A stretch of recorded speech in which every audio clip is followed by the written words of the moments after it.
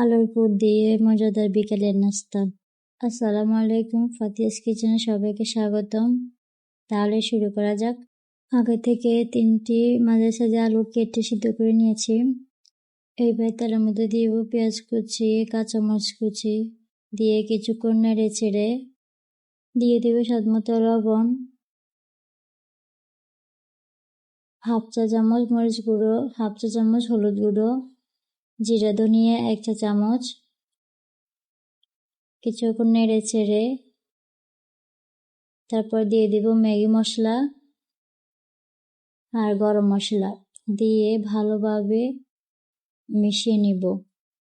এইবার সিদ্ধ করে আলুগুলো দিয়ে কিছুক্ষণ নেড়ে ছেড়ে একটি কাঁটা চামচের সাহায্যে ভালোভাবে মিশ করে নেব।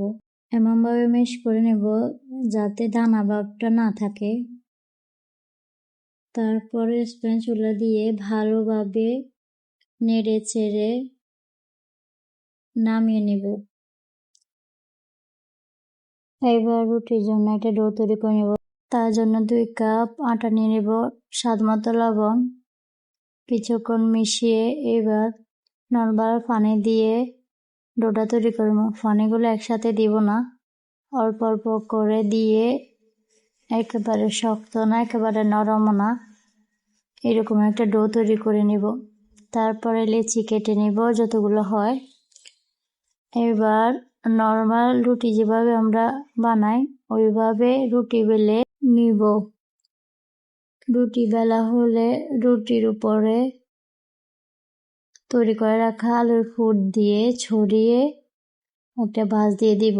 যেমনটা ভিডিওতে দেখতে পাচ্ছেন আপনারা, ওইভাবে ভাঁজ দিয়ে একটা ছুরির সাহায্যে কেটে নিব। কাটা শেষ হলে মাঝখানে একটা চামচ রেখে পিঠার ভাঁজটা দিয়ে দিব। যেভাবে দেখতে পাচ্ছেন ওইভাবে একটু খেয়াল করলে দেখতে পাবেন আমি কিভাবে ভাঁজটা দিতেছি। আপনাদের সুবিধার জন্য আমি আরেকটা ভাঁজ করে দেখিয়ে দিচ্ছি।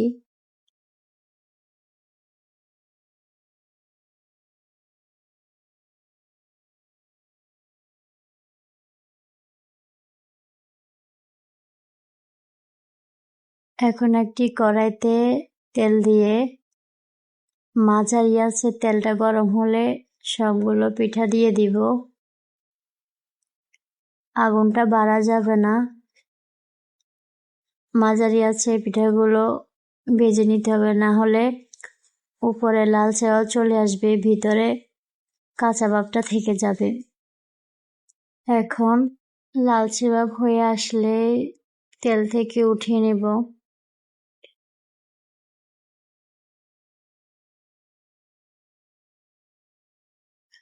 তৈরি হয়ে গেল আলুর পুর দিয়ে মজাদার বিকেলের নাস্তা। আপনারাও বাসায় ট্রাই করতে পারেন। আজকে এই পর্যন্ত, আল্লাহ হাফেজ।